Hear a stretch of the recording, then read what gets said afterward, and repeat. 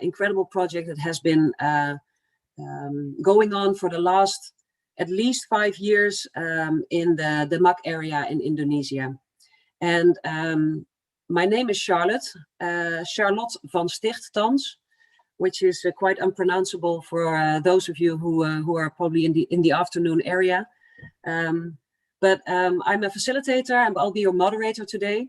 And I'll be here with my colleague, Elik Bagay, and he will be making sure that this whole Zoom session will work fluently.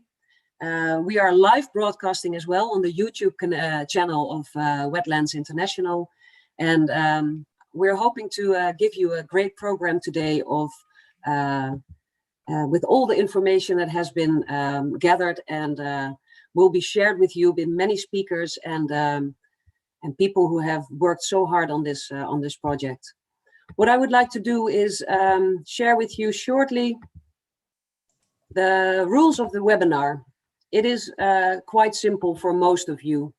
Those who are not a speaker but will be a listener, as you may have noticed, your microphone was muted when you came in. So we're going to keep it that way so we can all make sure that we listen to the people who are speaking. If you should have any problems with your connection, if it's unstable, it could help to switch off your webcam. We of course like to see you, so please keep it switched on. But if not possible, you can switch it off because Zoom takes up a lot of energy from your processor. So switching off your webcam may help. If there are any questions, please put them in the chat. People will be looking at the chat. If they are on the Zoom, my colleague Elik will make sure that he is looking into it and help you out. If it's on the content of what the speakers are saying, we will try to answer your question immediately in the chat. And if not, they will be answered after the event. So what are the objectives of today's meeting? Well, we're going to share highlights and the results and lessons learned of 5 years of implementation and mainstreaming of the Building with Nature approach in the Demak district in Indonesia. We're going to share potential and plans on upscaling this of Building with Nature in Indonesia and wider Asia, preferably. And we're going to reflect on what we can learn from the Building with Nature experience in Indonesia to inform and support upscaling of building with nature and nature-based solutions globally. With the current events and typhoons coming over, we all know this is highly necessary. So, to set the stage on what we're going to talk about, we would like to show you a video, and it's about the Demak area. So we all get into the feeling of today's meeting. Elik, may I ask you to start the video?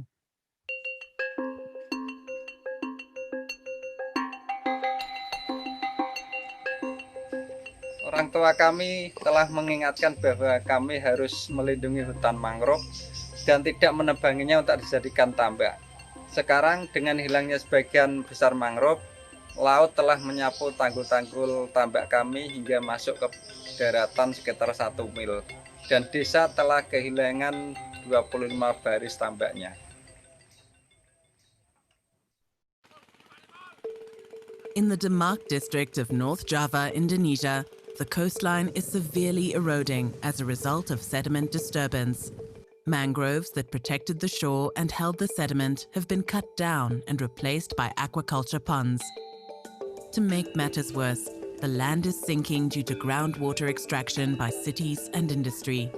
This combination of factors has left the coastline and communities exposed to the daily tides, as well as extreme weather events that are occurring more frequently due to climate change. In efforts to quell the tide, concrete sea walls were placed, but these collapsed in the soft mud and blocked the sediment transport inland. Efforts to plant mangroves also failed because the water had become too deep. A new approach was needed to restore coastal safety and revitalize the local economy. A consortium of local communities, scientists, engineers, NGOs, and the government was brought together, led by Wetlands International, EcoShape, and the Indonesian government. Together, they designed an integrated solution to restore the mighty mangrove belt that once protected the land. To enhance coastal safety, permeable structures were constructed by contractors and villagers in the most severely eroding areas to trap sediment and create the right conditions for mangrove recovery. Today, communities own, monitor, and maintain the structures. In other places along the coast, unproductive aquaculture ponds were converted back into mangrove forests. In addition, local farmers received training in sustainable aquaculture practices, which boosted productivity and tripled their income. These economic benefits enabled farmers to give up part of their aquaculture ponds to make space for mangroves. Sebelumnya kami sebelum mengikuti SL, saya menggunakan bahan-bahan kimia. Tapi hasilnya di situ kurang memuaskan karena sering terjadi yaitu kematian udang. Adanya SL di sini saya rubah sistemnya yaitu memakai yang ramah lingkungan yaitu komposisasi atau penggunaan MOL. Sekarang saya mulai yaitu berbagi ilmu, berbagi pengalaman saya dan berbagi keberhasilan saya kepada kelompok-kelompok di pinggiran pantai seluruh Kabupaten Demak. Saya tunjukkan pada teman-teman, ayo bangkit. Ayo jangan malas, buktinya ada. In 5 years, this project has grown into a landscape-scale initiative along 20 kilometers of eroding coastline in central Java. The use of permeable structures to bring back mangroves has been replicated by the Indonesian government in 13 districts. Sadly, the coastal restoration efforts in Demak are severely challenged by the sinking of the land, caused by unsustainable pumping of groundwater by cities and industries nearby. Young recovering mangroves are being washed away and ponds suffer from flooding. To facilitate a solution to this land subsidence, the project partners initiated water dialogues at national and provincial level and worked with communities to help them express their needs. Ini adalah rumah kami. Insya Allah kami berencana tetap tinggal di sini. Saya berharap proyek ini dapat menyelamatkan dan mengembalikan hutan mangrove kami. Saya merasakan ada harapan baru. What we have been pioneering in Indonesia can be replicated elsewhere. There is no standard blueprint and upscaling has to recognize that. Building with nature is going to be the answer to coastal protection in many places. Solutions like this that engineer with nature can help protect not only coastlines, but also rivers, cities, and beaches. We are sharing our knowledge, training the engineers of the future, and removing policy barriers for building with nature instead of fighting against it. Join us in upscaling this approach in Indonesia, Asia, and beyond.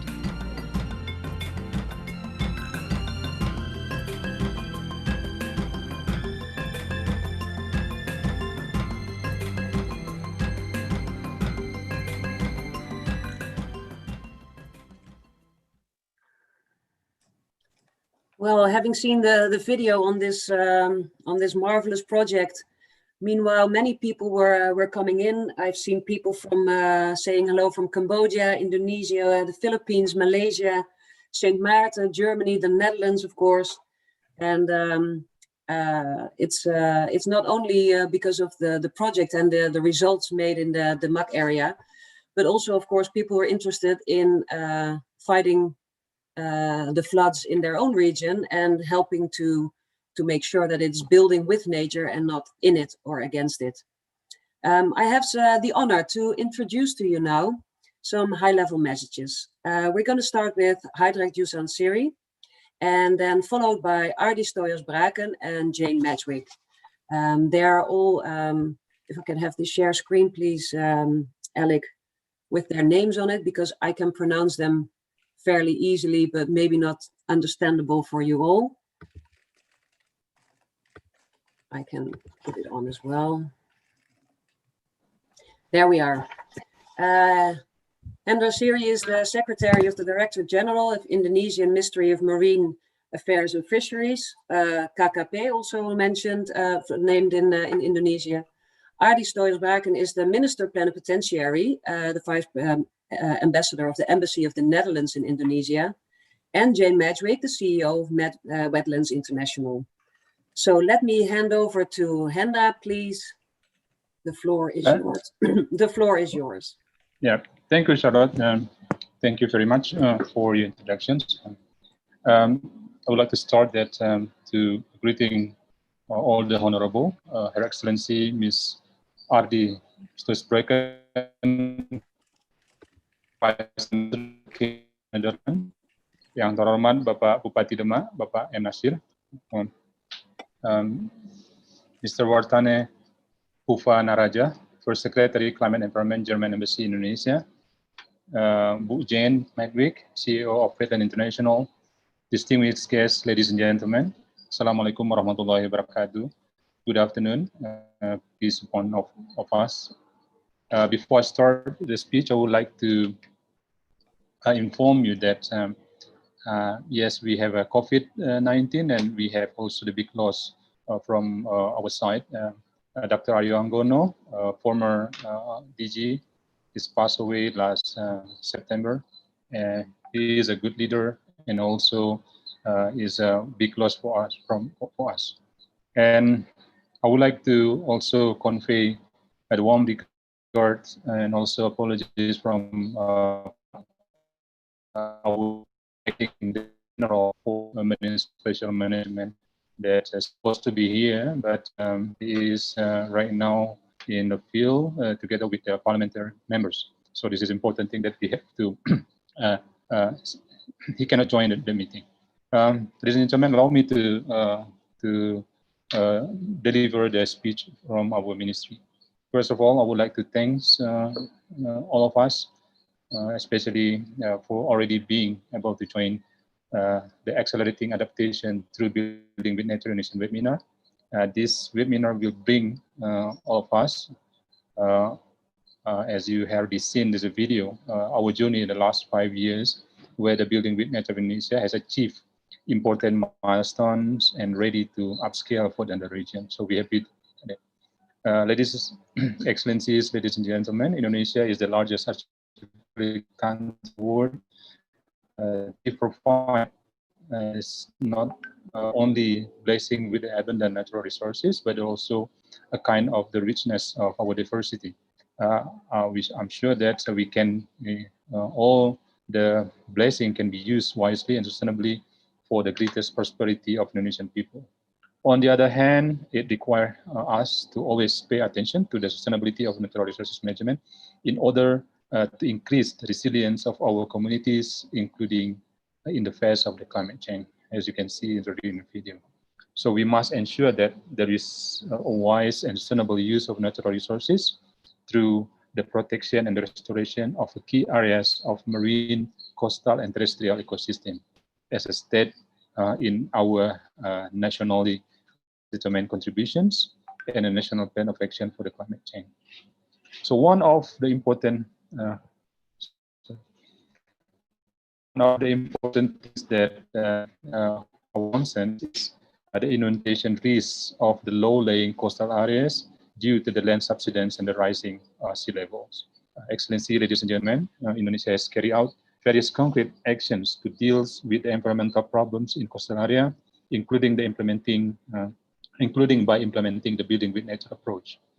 I think our journey also, since I was a deputy director, where right now the PUPVG position, last 5 years, the Ministry of Marine Affairs and Fisheries, in collaboration with the Ministry of Public Works and Public Housing and District of Denmark, and supported by Indonesian Dutch Consortium, has become a pioneer in implementing the Building with Nature approach to increase resilience of northern coast of Java, especially in the Denmark region. We see that this collaboration has shown promising results in providing integrated solution for handling water infrastructures. So you see that in the video, we have also some combination of aquacultures and also the protection of the coastal area.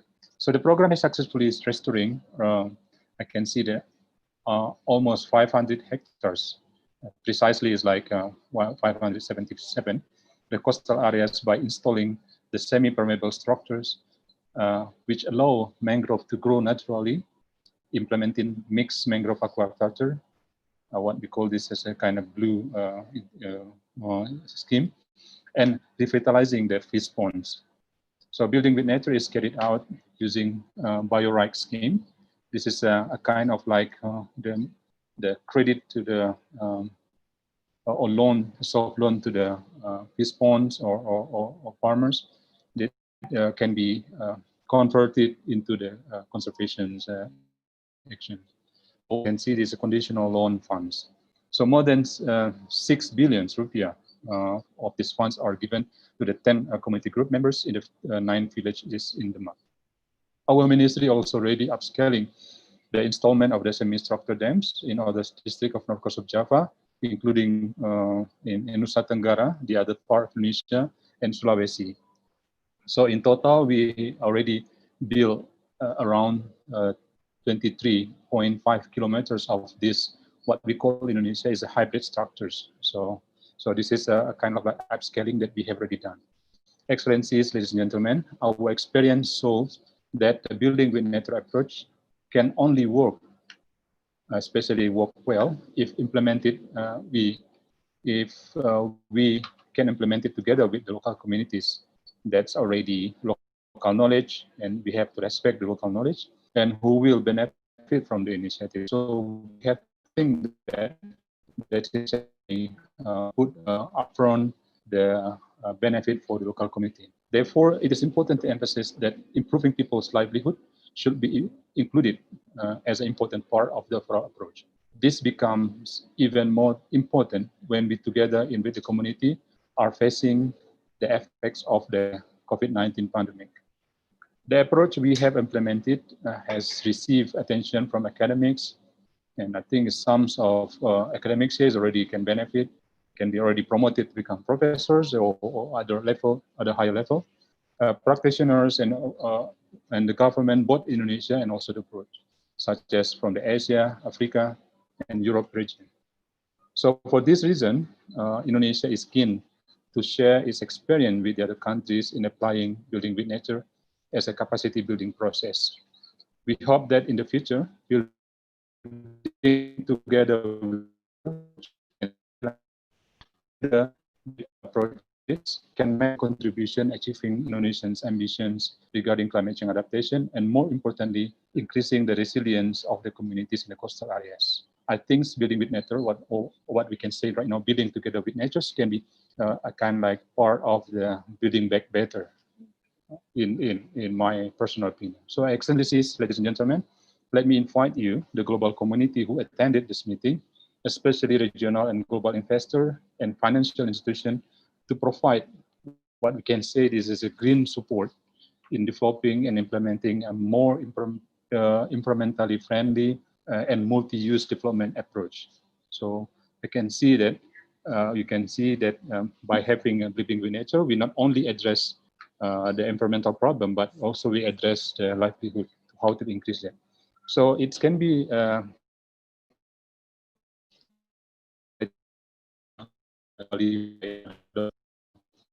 approach. So before I conclude my remarks, I would like to hope that this meeting can produce a concrete step forward in realizing this hope. So thank you very much for that, and I would like to say by saying that Assalamualaikum warahmatullahi wabarakatuh. Thank you very much. Thank you. Thank you very much for your insights on how the government of Indonesia is working really hard on this, but also addresses that collaboration with local communities are very important, and then of course now sharing. So thank you for opening up for this and sharing your information. I would like to move on to Ardi Stoyelsbraken, the Mr. Plenipotentiary from the Embassy of the Netherlands in Indonesia. Please, the floor is yours. Selamat datang, Ibu dan Bapak. Good afternoon, good morning to people in the Netherlands. It's my pleasure to be with you in this important and celebratory webinar on the potential of building with nature. But before I deliver my speech, unfortunately, like Mahendra, I would like to share some very sad news that we received a couple of days ago. and that is that another important partner for the Indonesian-Dutch water collaboration has passed away as a result of COVID. And this is Pa Adityanto, who recently started his work as director of PDIM Tirtawening Katu Kota Bandung. And in that capacity, he would have been a very important partner for us in the project towards pro-poor private investments in water supply in Bandung, together with the Delft University of Technology, SIMAVI, and VEI. It's really very sad to have lost him in this way. Our thoughts are with his family, his colleagues. We've learned that also his wife and young daughter have been infected by COVID. So we hope that they at least will recover fully, and just to mark the fact that we've lost a very important partner. Turning to my speech. Nature is by far our most important ally to counter the effects of climate change and turn around our behavior, production, and consumption. The more so in these threatening times of the corona pandemic. But what are the ingredients for successful nature-based solutions, and what are the main challenges to combat climate change and find a sustainable pathway to other consumption and production patterns? Indonesia has taken a pioneering role by embracing the building with nature approach to enhance coastal safety in Central Java. The innovative Building with Nature program in Demak district, as we've just seen in the video, has shown great results and provides some key lessons on how to apply nature-based solutions in water infrastructure development. It is one of the most important showcases of a nature-based solution for coastal zone protection in Asia. Supported by the Sustainable Water Fund program of the Netherlands Ministry of Foreign Affairs and implemented by the Netherlands Enterprise Agency, RVO, the program gives us an excellent example of the intersectoral collaboration, how to act together in a public-private partnership, combining local and international expertise on engineering, aquaculture, and ecosystems. In addition, this project underlines the essential role of communities in co-designing, implementing, and owning the solutions. We need these inspiring examples to demonstrate that better protection of communities against climate impact can go hand in hand with benefits for nature and the local economy. The Building with Nature program has also put a spotlight on the challenge of land subsidence, which is a key concern in cities, coastlines, and deltas in Indonesia and across Asia. It shows the key importance for integrating water management solutions across the landscape, taking a systems approach. The experience and knowledge gained as a result of this project supports the upscaling of nature-based solutions in other low-lying deltas, and thereby helps accelerating climate adaptation actions. The replication potential of nature-based solutions applied in Demak is substantial. Permeable structures are an example, and we are pleased to see how the Indonesian Ministry of Maritime Affairs and Fisheries has led the way in replicating these in other locations. The Ministry of Public Works in Indonesia has embraced the Building with Nature concept and has embedded the concept in its strategic regional development plans. This can be the start of further upscaling of Building with Nature solutions in Indonesia and beyond, along muddy coasts, but also for river management, resilient cities, and for lowland developments. Ladies and gentlemen, I'm pleased to confirm that the government of the Netherlands will continue to support the government of Indonesia in applying nature-based solutions through several programs, such as Water as Leverage in Semarang and Integrated Coastal Zone Management North Java, Water Management Semarang. The master plan for the Welang River in Eastern Java and in supporting the development of water infrastructure in Indonesia. The Netherlands government, the private and public stakeholders and partners in the project are looking forward to continuing joining forces to enable upscaling Building with Nature in the wider Asia region. The Building with Nature Asia program that has been initiated by Wetlands International and MMAF, in collaboration with EcoShape, One Architecture, and the Global Center on Adaptation, provides a framework and action plan for this. We believe that building with nature is the way forward to accelerate adaptation to the inevitable effects of climate change. The Climate Adaptation Summit, which is to be held on the 25th of January in 2021, will be a key moment to share knowledge and expertise on building with nature, learning from Indonesia and other countries, and help leverage investments to scale up this innovative approach. I thank you very much for your attention. Terima kasih banyak. Thank you so much, Ardis Stoyers-Braken, for sharing this with us, showing how you are a great liaison between Indonesia and the Netherlands, and stating that you will keep on supporting projects like these. So this is, I think, for the future, a very good message. Thank you so much.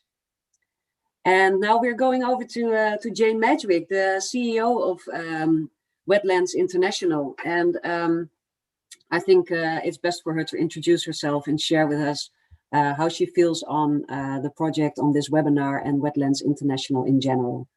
Jane, the floor is yours. Thank you, Charlotte, and good morning, good afternoon to all participants, and salam alaikum.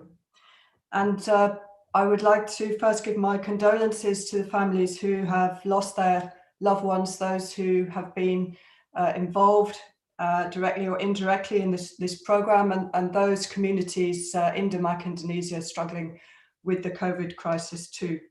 Our thoughts are with you. So technically, the Building with Nature Indonesia program is slowly coming to an end, but as the former speakers have said, this is more a beginning than an end, because Indonesia has already taken Building with Nature into its main way of working and started to use this philosophy and approach throughout the country, and is planning now to help bring this to the regional level. But also for Wetlands International, I think this Building with Nature program has changed our organization forever. We've learned such a lot about how to make nature-based solutions work, that this will stick in our organization for the long term. And I think Building with Nature Indonesia is a program which shows exactly why a new approach to developing coastal infrastructure is needed. So this is a story about a disappearing coastline and people facing the daily prospect of their homes and livelihoods being literally washed away. It is a story about a triumph of ecology coming together with engineering. It's a story about partnerships from international to very local. It's a story about resilience of ecosystems, resilience of society, and most of all, it's a story about hope. But ultimately, it's a story about how mud and mangroves are the heroes that have come to the rescue in this disappearing coastline.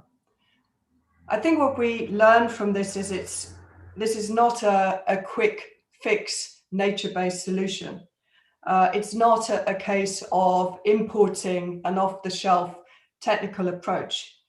This is a program which has needed to evolve from very small beginnings with very small finance into something now which is very large and impactful. Success is breeding success. And I think I want to point to three main reasons why this program has been a success.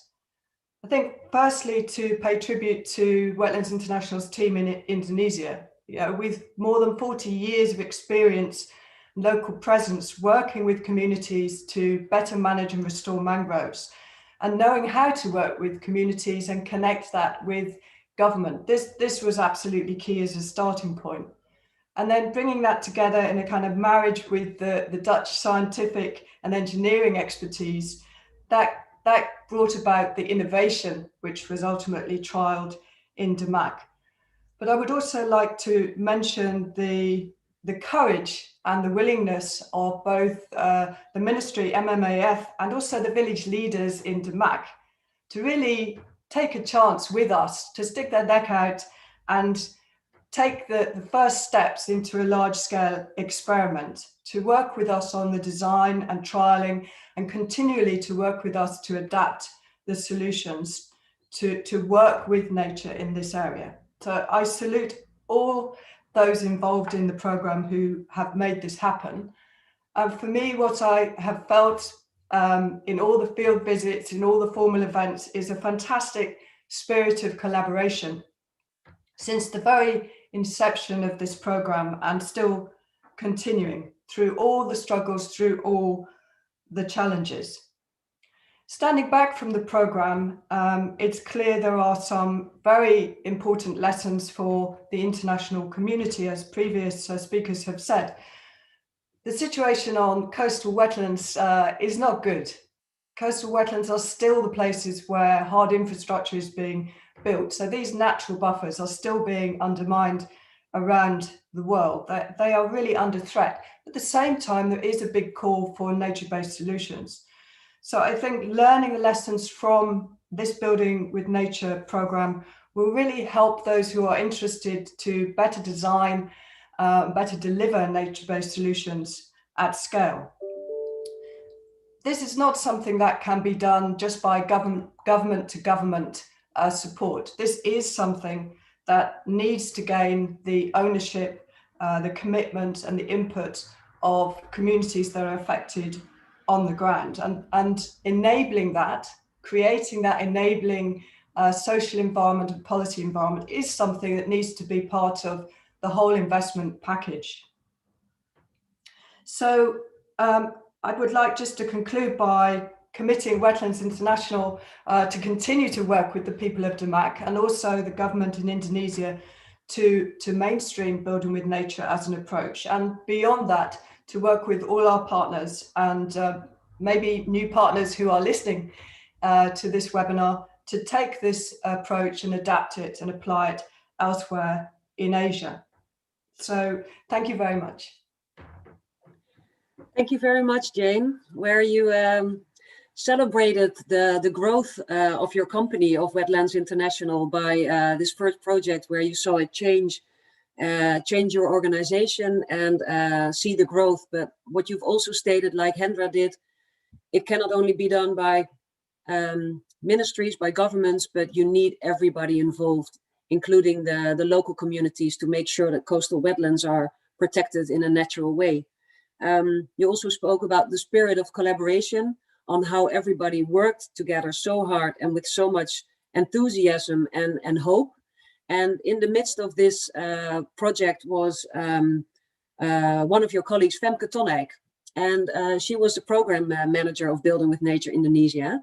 And she is by far the person who can tell you all about what happened in the entire project, where it started, what we have learned, and in the end, what were the results. So please, Femke, the floor is yours to share your presentation on the project.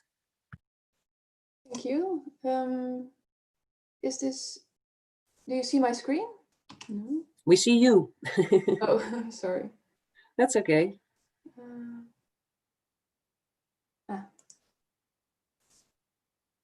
Yes. Yes. You can move over to presentation mode. Is this working? Yeah, perfect. Okay. We're on the first slide. Go ahead. Thank you. So let me also first start with offering my sincere condolences to all those who have suffered losses, and wish us all to stay safe and sound. As a program coordinator, it is a great honor to be sharing all the lessons learned and highlights of 5 years of implementing Building with Nature in Indonesia. And I would really like to acknowledge all the partners that were joining this effort and that are represented also with their logos at the bottom of the screen, and that will feature throughout this program. The global context is very well known. Coasts are increasingly vulnerable due to population growth, degradation of protective ecosystems, subsidence, unsustainable infrastructure, and of course, climate change. And if we bring that to Demak district in Northern Java, Indonesia, that is becoming really clear. It is a rural coastline, very close to the city of Semarang, And in this area, 1,000 hectares of land have already been lost. 2 villages have been swamped by the sea, and 70,000 people are affected by erosion and flooding. Fish farmers that used to be quite prosperous in this area have lost over 60% of their income. And this is what it looks like if you would like to do your daily shoppings during high tide. Now, what has caused these problems? That is always a mix of different factors. First of all, the mangroves that used to be present along the entire northern coast of Java have been converted for aquaculture, and ponds are now really bordering the seafront. And as a consequence, mangroves are no longer able to dampen the waves with their roots and branches or to keep the sediment in place. Coastal infrastructure, in some cases, has influenced the sediment transport along the coast and towards the coast. And also these hard infrastructures reflect waves, so that waves become bigger and start undermining these hard structures in the soft sediments of northern Java. And last but not least, groundwater extraction for industries and cities is causing the soil to sink, to subside. And in some places that can be up to 8 centimeters a year, which is of course very significant. It is really clear that there's a need for a transition, and that is being recognized not only globally, but also in the MAC. We need to move from building in nature to building with nature by combining green and gray solutions in an optimal mix alongside other risk reduction measures. And that can only be done through collaboration across sectors and disciplines like we did in our consortium. The Indonesian government projected flooding up to 6 kilometers inland along this entire coastline of the MAC, 20-kilometer stretch, which would involve a loss of over 14,000 hectares. Already in 2012, we started to join forces, started to experiment and finding a new solution, a building with nature solution. And we started also collaborating with local communities from the start, right at the beginning. And the solution that we came up with has a relevance throughout Indonesia and elsewhere, because there are many eroding coastlines. And there is a projection for the low-lying areas of the north coast of Java that 22% may be lost. Our vision was to create a mangrove-based economy through building with nature. And that involved restoring mangroves to bring back coastal safety, and then simultaneously revitalizing aquaculture so that communities could once again become prosperous, and so that there would not be a need to convert mangroves back into aquaculture. And this vision is illustrated at the bottom of the screen. And in such a severely eroding setting, mangrove rehabilitation involves restoration of the sediment balance, and that requires engineering. We put in place permeable structures that dampened the waves so that still water conditions allowed sediments to settle so that mangroves could come back naturally. And let me share some of the highlights. We were able to place cumulatively 9 kilometers of permeable structures jointly, and erosion has been halted. We transferred ownership of these structures and also the maintenance to the communities, who are now more than able to maintain them. And they've also learned to express their needs and felt empowered to discuss with village and district, which resulted in budget allocations. But we, of course, also had challenges. These permeable structures required quite intensive maintenance. And we were working with the universities of TU Delft, Wageningen University, and the Ministry of Public Works and Housing to improve designs and test out different materials. Also, we noted that subsidence was much more severe than previously thought. We thought it would be concentrated near the industry centers and the cities of Semarang and Demak, but it turned out that groundwater extraction in these areas had an influence along the entire coastal stretch of Demak. And it's not sure if the sedimentation rates can keep up, but traditional infrastructure would also have a hard time in these conditions. Then there's also the issue of land speculation due to plans for industry development. And if new industry would be developed and would also still continue or exacerbating groundwater extraction, this would make matters worse. We introduced the by-rights incentive mechanism to reconcile mangrove restoration with aquaculture restoration. And we worked in 10 community groups throughout this coastline, where people allocated places for mangrove restoration and places for aquaculture restoration. And we did so in a participative planning process with the local communities. We also worked in coastal field schools to test out best practices to boost aquaculture and to restore mangroves in a proper way. And let me share some of the highlights. We have been able to introduce sustainable aquaculture in over 400 hectares, boosting shrimp yields and income that has become up to 9 times higher. So there is a solid business case. Also, we were able to leverage 90 hectare of area for coastal and riverine mangrove restoration. And that is very significant in an area where people used to convert mangrove to aquaculture. The communities were very empowered and enthusiastic, and again have been able to discuss with district and village government, and which resulted in budget allocations. But also here there are challenges. Sometimes budget allocations are changing, so there is a real need for a reliable and sustainable source of funding and support. Also, there are more severe storms that can impact harvest and restoration. And again, subsidence is causing increased flooding and erosion across this entire coastline. So it is clear that there is an urgent need to address land subsidence if we want to sustain all the successes that have been reached in the MAC. And that is why we shifted our attention to initiate policy dialogues. And that has resulted in a national roadmap adopted by a presidential task force in 2019 that we are now translating into a provincial roadmap. And this is all about halting groundwater extraction, shifting to surface water use, and introducing building with nature measures to prevent the situation and to adapt to impacts. As the Ministry of Marine Affairs and Fisheries, Bahendra already mentioned, replication is happening at national level. The Ministry of Marine Affairs and Fisheries has replicated this approach in 13 districts, and the Ministry of Public Works and Housing has been testing the approach and producing guidelines on hybrid engineering. It was also included in the National Midterm Development Plan.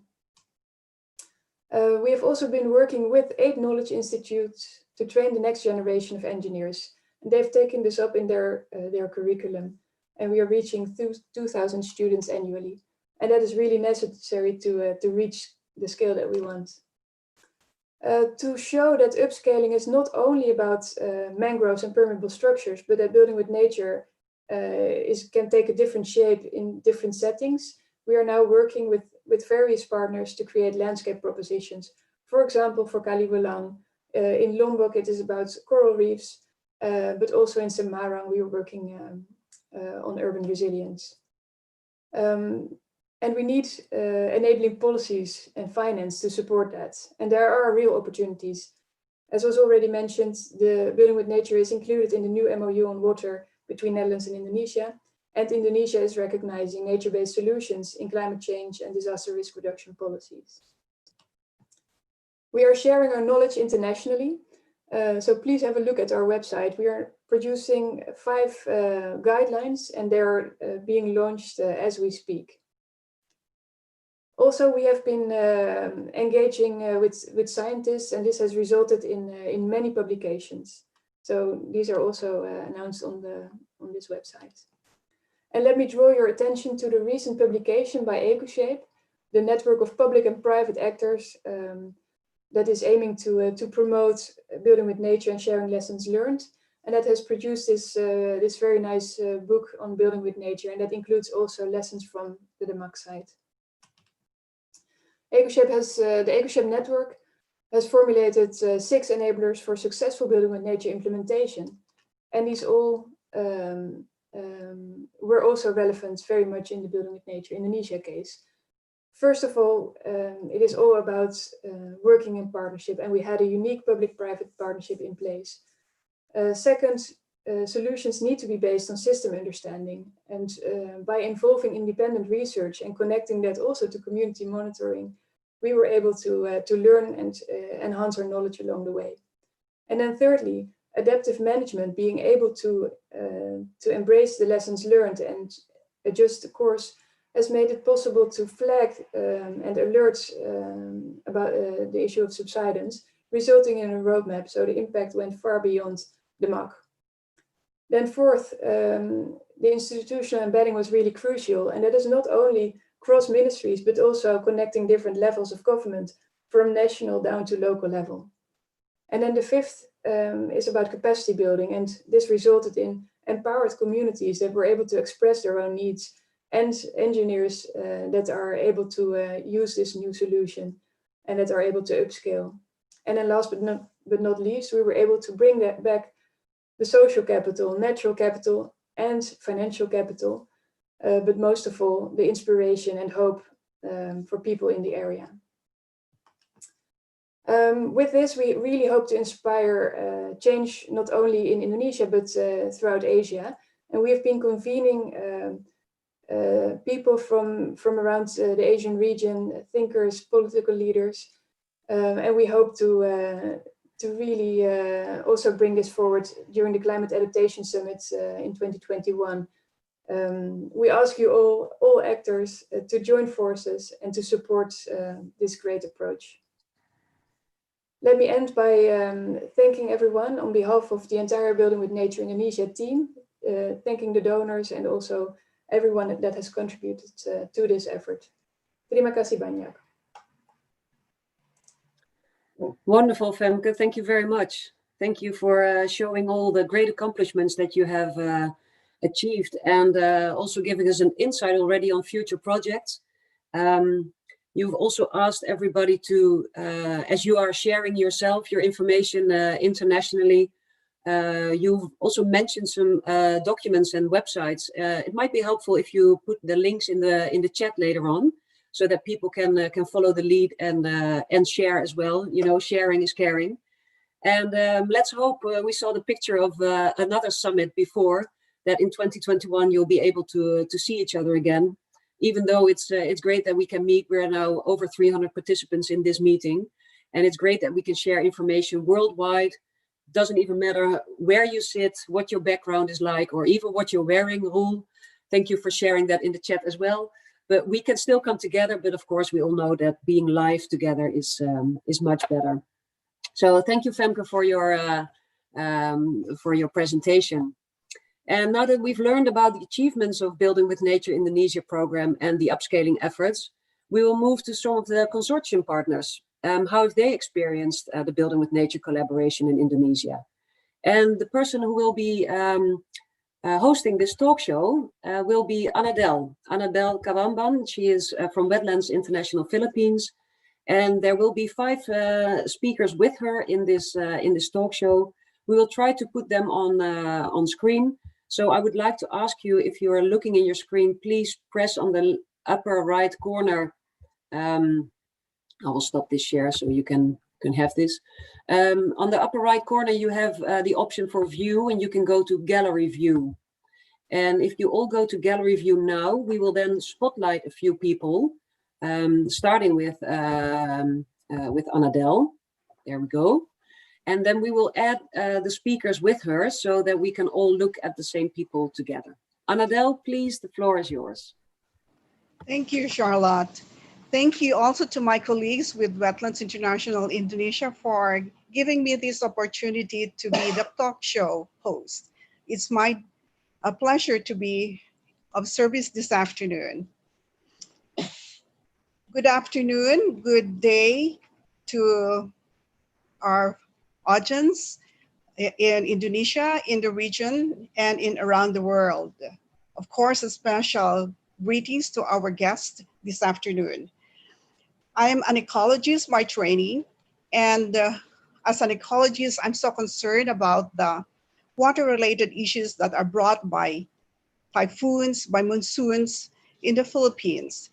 And I'm very fortunate that I was able to visit the MAC in 2016. And I saw then that it was very relevant to the issues here in the Philippines. I'm even more curious to know more what had transpired from 2016 to now. What were the lessons learned? I would like to know more from our friends, our colleagues from the different disciplines that brought together and designed the program. implemented the program, and what were the lessons learned? As we know, building with nature is or requires collaboration across disciplines and across sectors. So we are fortunate today to have representatives from the different partners with their specific expertise. And I would like now to invite first Ibu Fegi Nurhabni. We will ask questions for each one of them. And Ibu Nurhabni, what was your role in the project?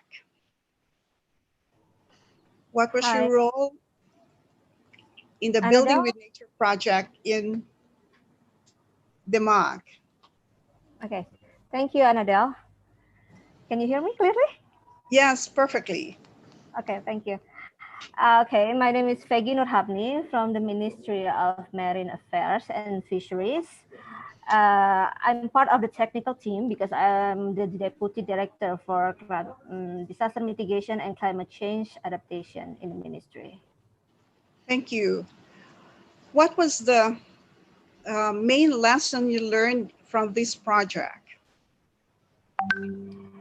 Well, I think what's the main lesson learned is no matter what you do, the most important thing that you do, you must embrace the local community and make them as part of the project, because we must put the community as the main actor of the project. So it's not only about infrastructure or building something, but it's how to embrace them, empower them, make them being part of the process. It will make them feel like the project is not only about the environment, but it's also about us, about how to make us better. So it's not about only the ecosystem, but how to get the benefit also from the project. Wonderful. Thank you so much, Ibu. I would like to invite now Apri Susanto. Apri Susanto is a Community Development Coordinator at Wetlands International Indonesia and also a non-governmental organization. Pak Apri. Halo, selamat sore Ibu Anadel. Yeah. I'm good, thank you. Thank you. What can others learn from your community work in Demak? Okay, one of the important things in our work with community is how to understand the community and how community understand us or the project. This process will indeed take a long time, but after this two-way process goes well, all programs that we will be implemented in the field will be accepted, and community will be happy to implement the programs because they feel that what the program brings is for their good and also for their village. One of our recipes for making this process work is that our facilitators are staying with the community in the village to directly communicate with both communities and also with the village government. We also feel that the BioREDS concept that we have implemented by connecting conservation activities with the community economy has succeeded in achieving the project target that we have been set. So that the change from coastal restoration and benefits of BioREDS can be felt, especially by people living along the coast. Oh, terima kasih. Thank you. What did you learn from the other partners in the project? Sorry? What have you learned from the other partners in the project, such as? Working with the partners in consortium, also with the government, and of course with the community, make this project as a complete package, covering all the interconnected elements in integrated coastal management. Especially when we work with the community, where we really start from the beginning phase with gathering data and information, continuing with planning and implementation until the evaluation and the monitoring phases. Likewise, when we working with the government, when we have the same vision of the problems at hand, a warm welcome and support's coming, both in terms of assistance and also on the program and funding allocation. And last but not least, working together with all the partners in consortium is an interesting adventure, where we learn from each other and complement each other to achieve the target of implementing in Building with Nature project in Indonesia. Thank you. Very nice. You're welcome. Now I would like to invite Professor Dr. Sri Rejeki, who is an aquaculturist, aquaculture specialist at Diponegoro University. Hello, good afternoon. Hello. Apa kabar? Yeah. I'm fine, thank you. Thank you. What was your role in the project? Actually, my role is conducting aquaculture with the farmers, which is already have knowledge from Blue Forest or the coastal fish school.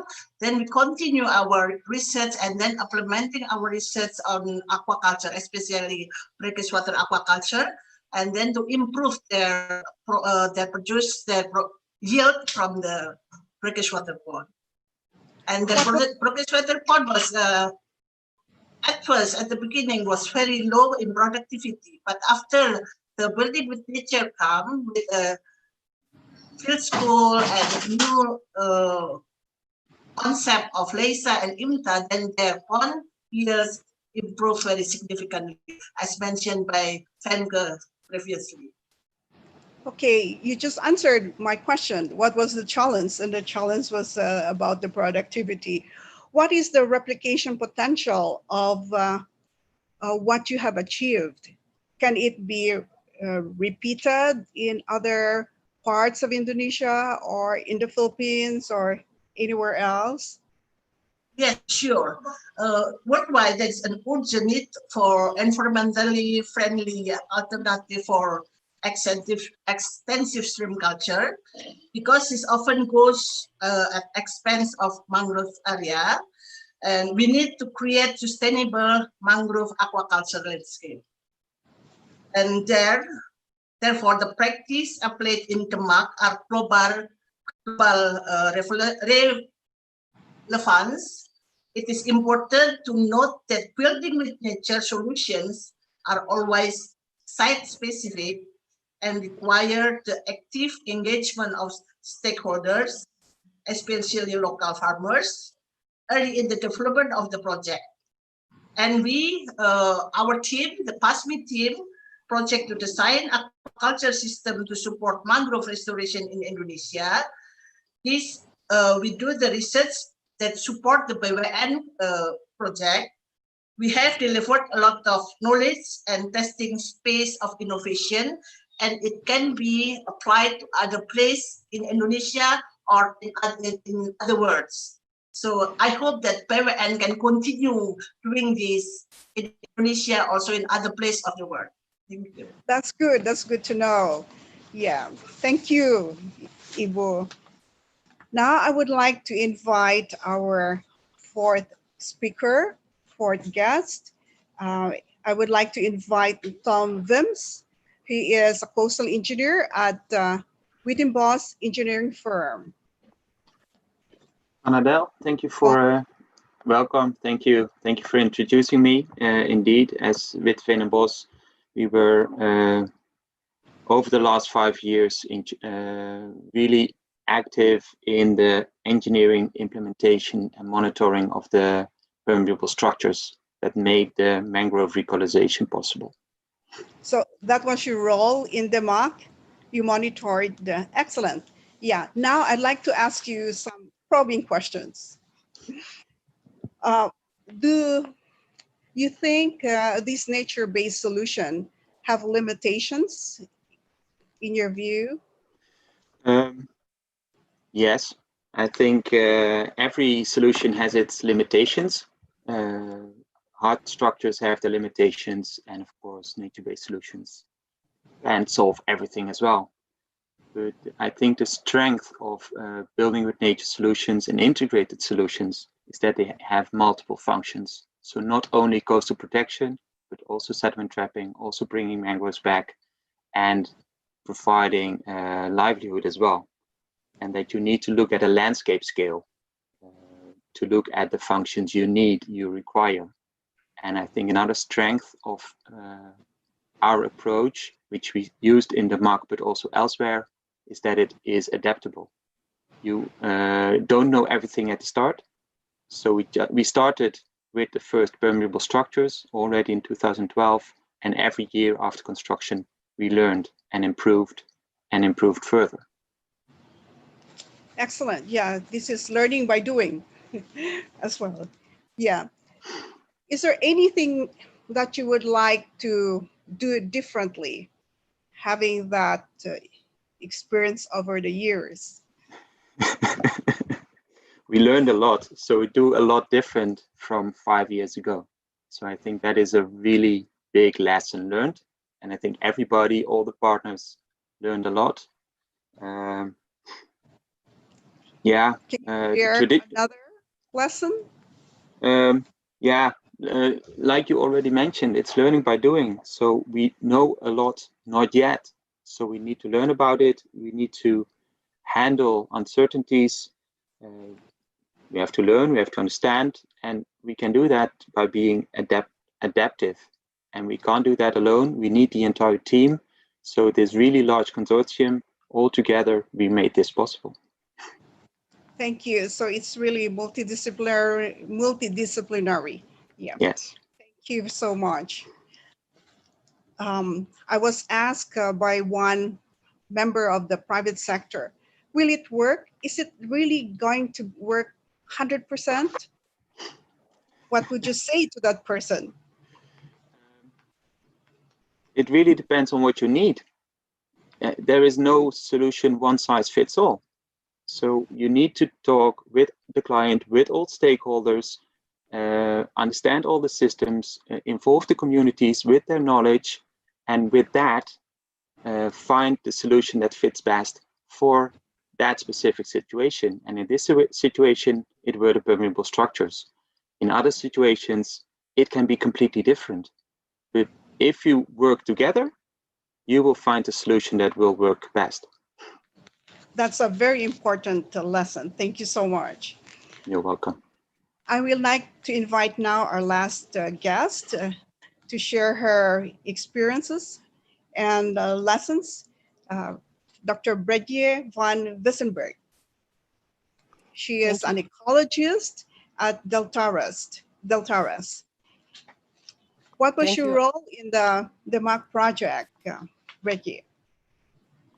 Thank you, Annadel. Thank you for pronouncing my name also so well. My role was as Deltares, we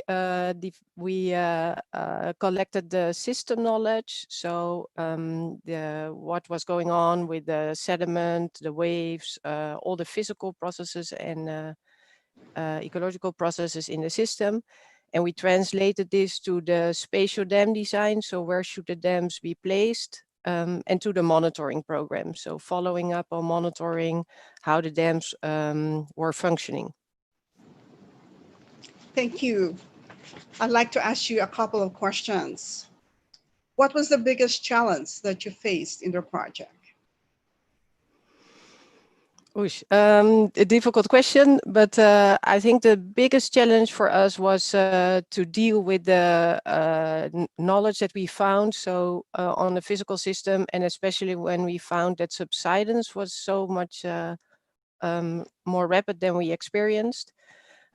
We developed an adaptive monitoring and design process where we monitored how the dams were functioning. And then each year we made a new design where we adapted and responded to the effects that we measured in the system. So then to do this whole cycle and to translate these effects that we saw into new designs, I think that was very challenging and to come up with designs that we thought were working. Thank you. The other question is, what is needed most to upscale?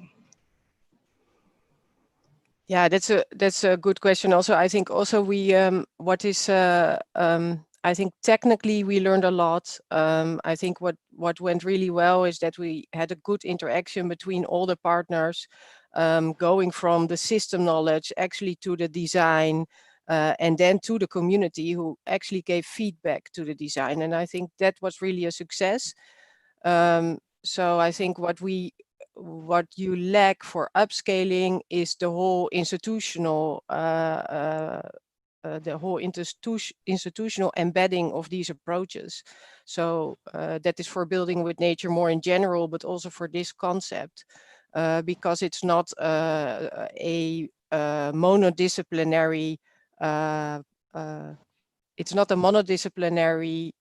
project that you're doing, but you need to actually combine and link between engineering departments and ecological departments, and sometimes even between water resource departments, because all these factors come together in these coastal areas. So how they behave and how they develop depends on input from the river, on who builds a jetty along the coast.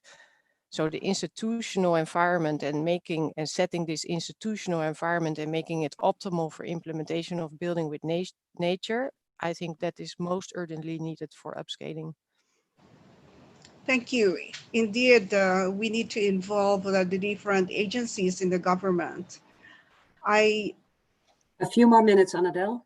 Yes, there is a question in the chat box, and I'll read and I'll offer it to anyone who would like to respond to this. It's from Jan Paul van Aken. He says, I would like to raise a question about climate change adaptation approach in this project within the global UNFCCC framework of adaptation methods. How can this be integrated at a higher level through public and private financing? Would you like to respond, Tom or Brigitte? How can we scale this up? Yeah, I'm not sure if I'm responding then exactly to the right thing, but I think we are exploring different financing methods, so involving also more private financing in these approaches for climate adaptation. I think that's still a difficulty, right? Even especially if you talk about coast erosion or flood risk management, it's often seen as a public investment and treated as a public investment of risk reduction. And I think it will be it can make this concept bigger if we get private involvement and are able to translate it to business models and also make a sort of attractive story about it or narrative around this. And of course, there's a lot of business that can be created because you create a lot of value with these approaches. For example, also because you don't lose land. But I think that also, like with the interdisciplinary challenge that we face, bringing more parties on board also increases the challenge of, well, how do you say, interacting between these parties, right? And getting everybody to face the same direction. Yes, thank you. Yeah, indeed. Yeah, it takes it does take the whole village, but it also takes a lot of time. Tom, would you like to say something else? Yeah. I'm not going to repeat all the good things Brechtje, of course, already said, but it really is on a larger scale. You have to look at climate adaptation. It's not one spot that has the problem. So you really have to work together with all people at the coast, so communities as well as industries and larger factories, maybe further inland, which need the same protection. So it will be a mixed, blended finance, both public and private. But I really would like to get into contact or discuss this further with others, with you, how to bring this further, because it's quite a new area we still need to develop, and we need to do that together. Thank you. I'm afraid that we have run out of time. I want to say that I learned a lot in this session. Indeed, building with nature involves the understanding of society, of our communities, of ecology, and also engineering. And together, all the disciplines, all the members of this professions, as well as the government, need to work together towards solving the issues that we face in the coastal areas and also in the river basins. So indeed, thank you very much to our speakers, and also thank you to the audience for listening to our talk show, watching our talk show. And I indeed learned a lot that I know we can be applied in scaling up building with nature here in the Philippines. I'm confident our audience also learned a lot from this. Thank you very much. Terima kasih banyak. Over to you, Charlotte. Yes, Annadelle, thank you so much for hosting this talk show, and make sure that all these partners had a say in what their experiences were. And throughout this webinar so far, we have learned about the achievements of building with nature in Indonesia. We've heard what the experience of the partners were in collaborating with each other. And we saw that it needed organizations to start with, like Wetlands International, for example. We need governments to support and to work with us. And we need the local communities. But besides all these people, in the end, we also need money. Because money is what makes the world goes round, is what they say. And therefore, we have sponsors and partners. And there is someone who would like to share with you a word of gratitude towards all these sponsors and partners, which is Nyoman Suryadiputra.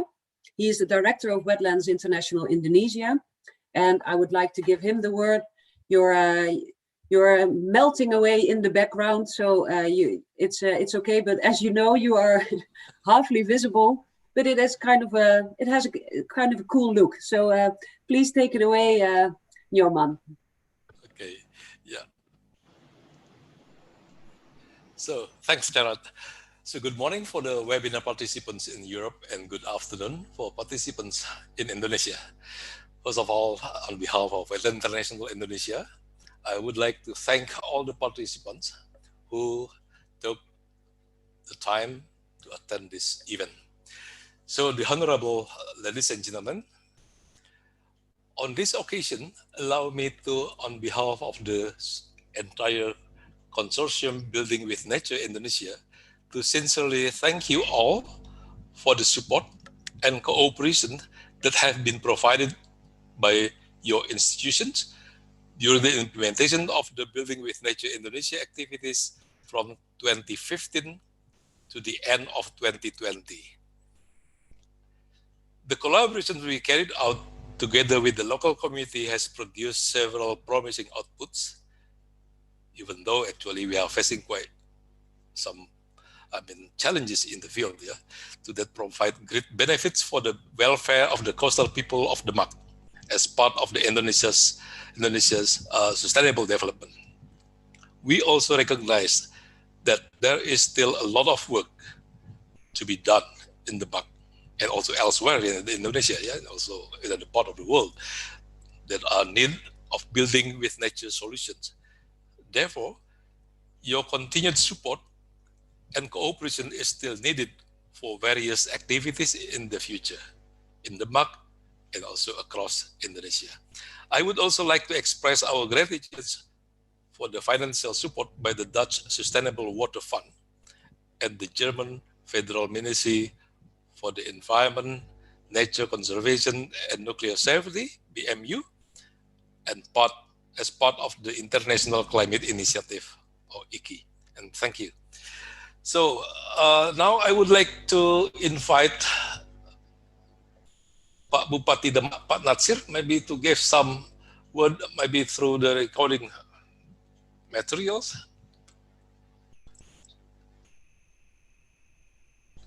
Charlotte, can you operate? Thanks.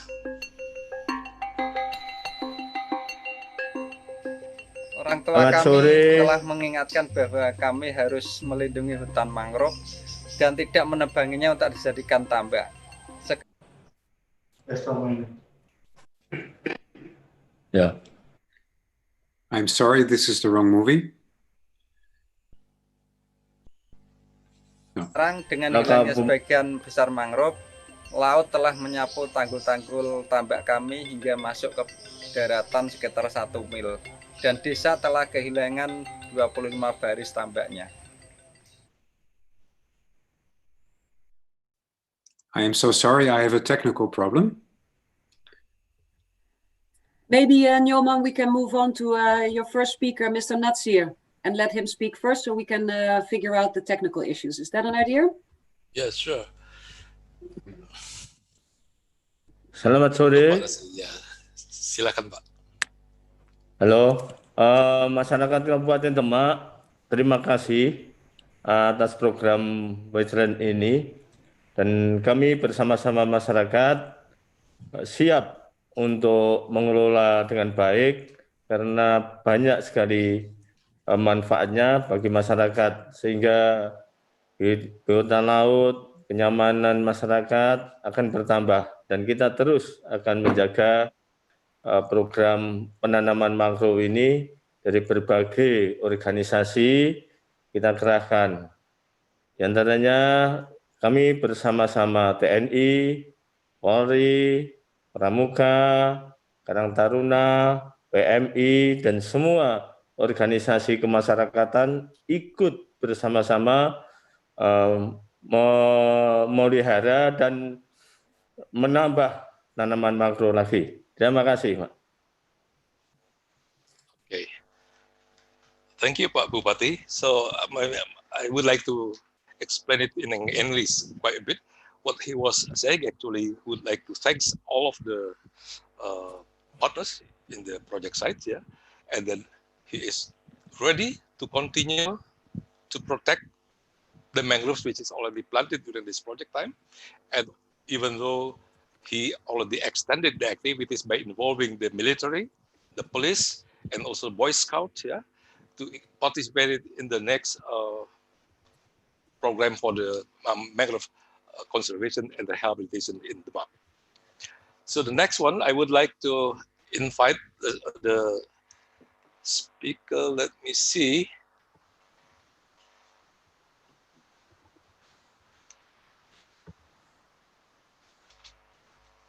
That will be Dede Sulaiman. Okay, so I would like to invite Professor Dede Sulaiman, a researcher from the Public Works. Actually, Professor Dede has already published quite a few guidebooks related to the permeable structures. Yeah, one of them I still remember called PEGAR. Yeah, so I would like to thank also to Professor Dede who already donated a few books to our library in Bogor. So please, Pak Dede, time is yours. Terima kasih Pak Nyoman. Ladies and gentlemen, good morning in Netherlands and selamat sore di Indonesia. Thank you very much for the opportunity to talk with you this morning. On behalf of the Director of Water Resource Engineering, Ministry of Public Works and Housing, I will deliver some notes about the Building with Nature program in the Demak Regency. We have learned a lot from the involvement in this program, how to care and manage the nature wisely. We are impressed with the BWN program, especially in restoring eroded beach, coastal protection structure that are affordable to the community, such as hybrid engineering. It allows coastal community to build their own without waiting for limited government assistance. Likewise, approach that involve the community participation and bio-right concept that economically help coastal community and encourage people to be responsible for the environment. We hope that this BWN program can continue not only in the Demak Regency but also in other locations that have similar problem in Indonesia. And last but not least, While waiting for the final result of the reorganization within the Ministry of Public Works and Housing, we hope that collaboration between BWN and Ministry of Public Works can continue and be improved. Thank you very much. Terima kasih. Selamat sore semuanya. Okay. So thanks a lot, Professor Dede, for your nice speech. Yeah. So the next one, I would like to invite the Forum Bintoro to represent the community of Demak, because they are also participated in these projects. Time is yours, please. We will be showing a video. There you go. Showing video. Okay, go ahead.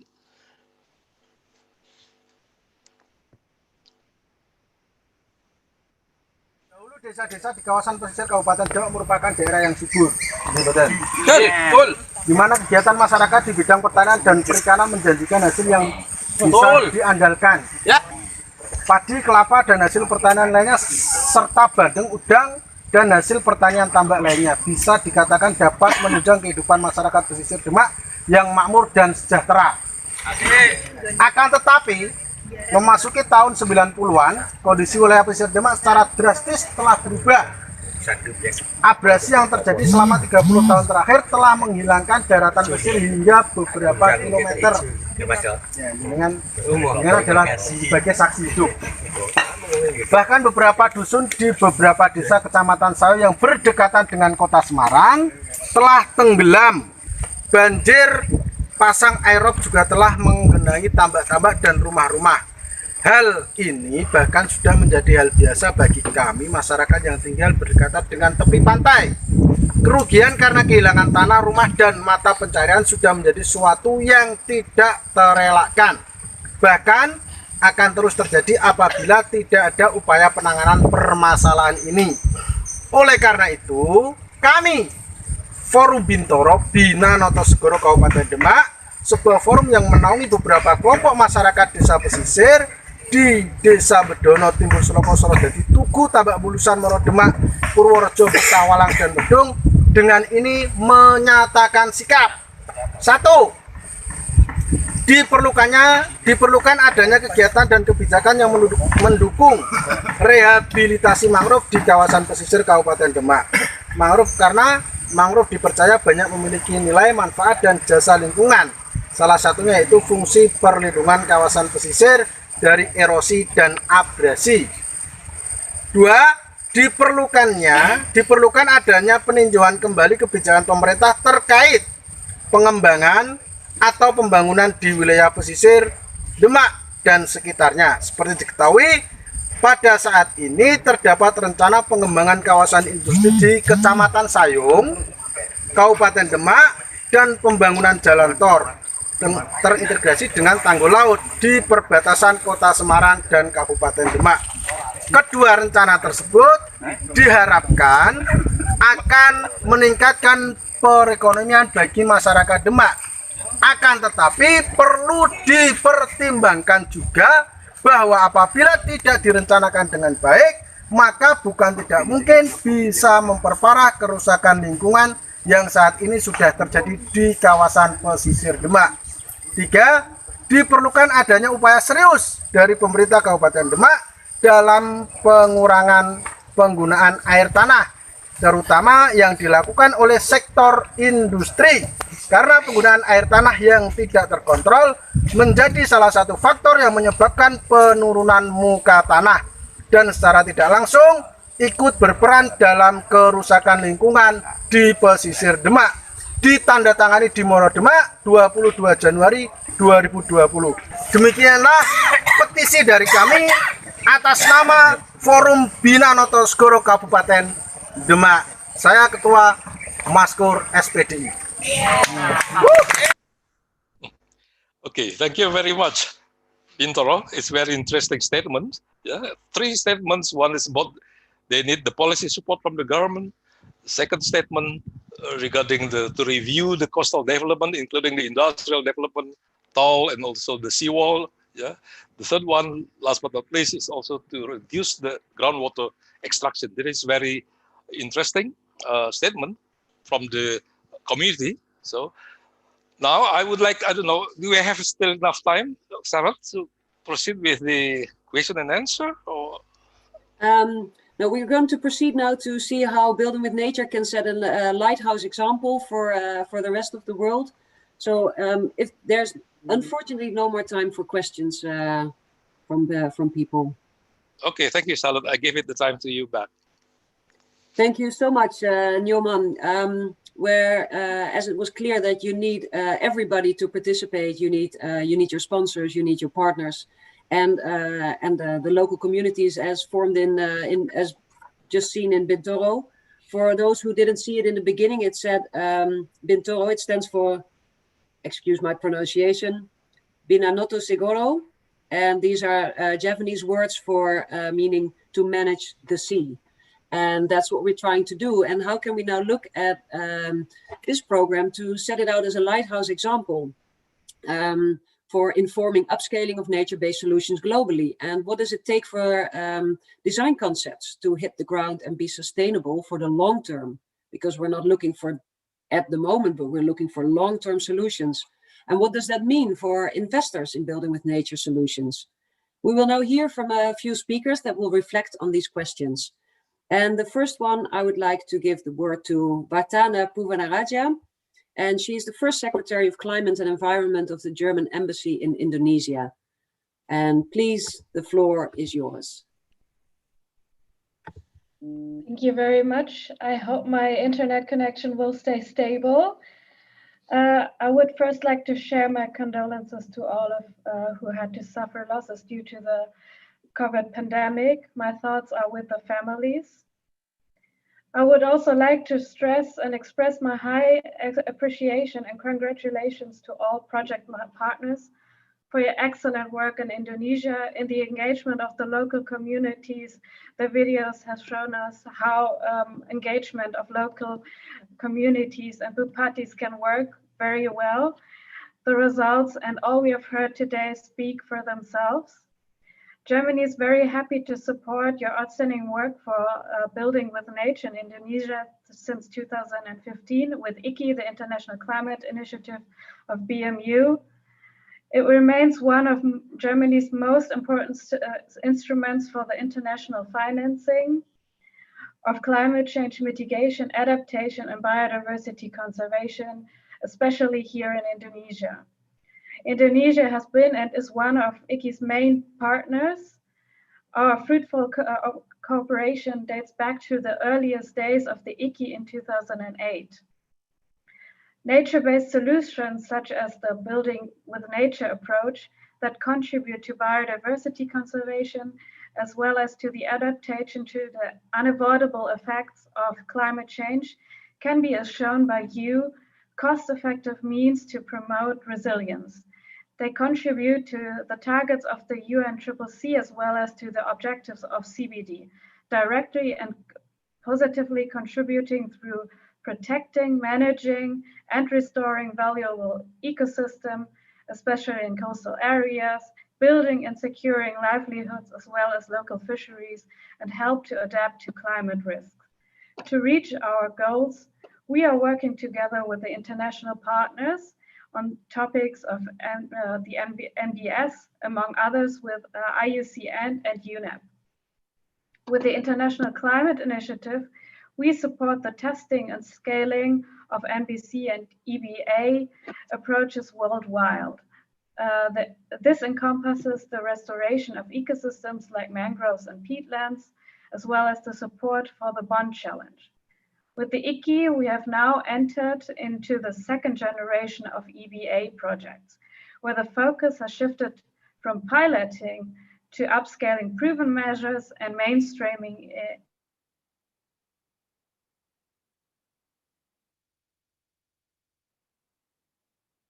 bring this together and scale the projects up, not only in Indonesia, but also in the region. Against this backdrop and in line with the planned follow-up project of Building with Nature Indonesia, accelerating adaptation in Asia. The project will support the acceleration of Building with Nature implementation at regional scale in Asia, partnering up with Indonesia, the Philippines, Malaysia, India, and China. The project envisions to create the creation of 15 climate resilient landscapes and the creation of Building with Nature platform to mobilize public and private funding. The project is in the very final stages of revision, and we hope that it will be able to start soon. The current pandemic has hit all of our countries hard. We believe that if anything, the pandemic makes it more urgent to work on climate and biodiversity policies and look into integrated solutions together. Climate change and biodiversity loss, just like the pandemic, have a huge impact on our societies and economies and hit the weakest in society the hardest.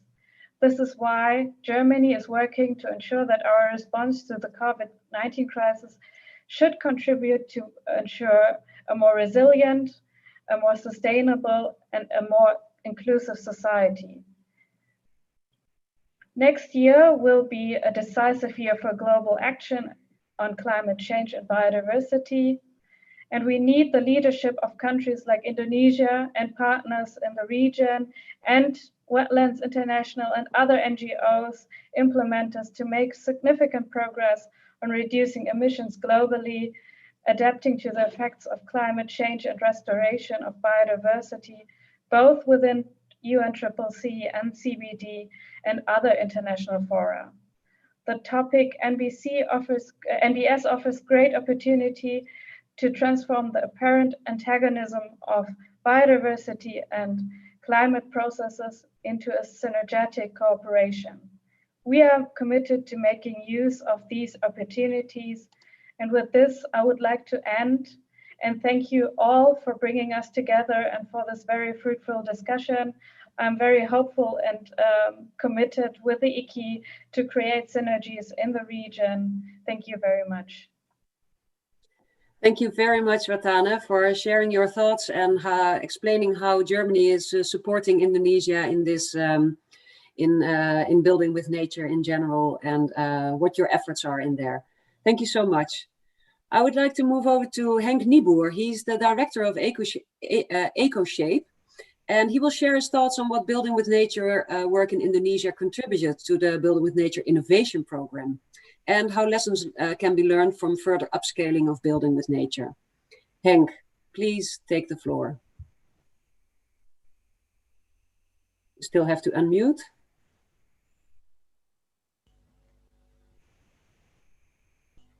Yes. Okay. Yes, can I, and am I hearable now? Can I be heard? Yep, okay, good. Thank you. Well, thank you for introducing me, and thanks to all the speakers before me for an excellent program. And thank you to all the attendees for having me as a speaker. So I would like to share some experiences that we had in this program and then see how this can contribute to further upscaling. And I would like to start with a few observations on the professional level. Well, EcoShape, which is the foundation that manages the public-private innovation program Building with Nature, is already working for 12 years to test nature-based solutions for water-related infrastructure in pilot projects. So we build these solutions on a pilot scale, we measure and monitor what happens, and we share what we have learned through in guidelines which are published through our websites and in a book which will be published later this month. These pilot projects in different settings have gained us a lot of experience on how Building with Nature concepts work in practice. And yeah, this show that it work approach has resulted in inspirational cases of which Building with Nature Indonesia truly is a flagship example. Because it is not only the largest and most international project that we did, but it is also in its setup and in its ambition, it is the most far-reaching and most ambitious one. And it has also, because it is far-reaching and ambitious, it is the project in our program which has contributed most to our understanding of what it means to be building with nature. Based on the experience in our various projects, we have extracted 6 generic enablers that we see that are crucial to the uptake of building with nature. And these 6 enablers, these are aspects that we have to work on to make the upscaling of building with nature possible. These are capacity building, institutional embedding, system knowledge, adaptive management and maintenance, multi-stakeholder involvement, and the business case. And if you look back at our program, most of the pilot projects that we did contributed to a few enablers. However, the Building with Nature Indonesia project is the only one that contributed to gaining knowledge to all of them. And a very important one, and it has been mentioned a few times before, we have gained significant insights in how communities can be involved in the implementation and maintenance of these concepts. They are truly a key element in the solutions that were developed here. And in our opinion, how this has been done is a key lesson for uptake of these type of solutions in similar socio-economic settings. Not only in similar settings, I would say, but also in different settings, although in a different format. Then I have some personal observations which I would like to share with you. I have behind me a career of over 30 years as an engineer, working at an engineering company. And I have worked in a lot of consortia, but I have, in this consortium, I have been truly impressed by our partners, and especially about the performance and especially the performance and the people working at Wetlands International. So that has been a truly learning experience, and therefore I also see the connection of the world of NGOs and the connection of with the private sector will bring a lot of opportunities for us. I have been working in Indonesia for more than 30 years also, but I was impressed by the level and dedication of the professionals we worked with from Indonesia. Impressed by the wisdom, foresight, and efficient cooperation across the various levels of the authorities at various levels of government, from the Kabupaten Demak, Central Java District, and the ministries of PU and MMAF. I'm also impressed by the dedication and energy of the villagers. You have seen an example of that. Quick to learn, ready to experiment with what they learned, and committed to make life for their fellow community members better. And as always in Indonesia, they are hospitable to a level we don't know in our part of the world. So what I've learned is to appreciate the potential of modern Indonesia and its institutes and the people working there. To appreciate to work with authorities on multiple levels instead of serving one client. To appreciate to work with local communities, and I have seen how much better designs become if you do that. And last but not least, this project and being connected with it has opened a whole new world and lots of contacts to further build on for me.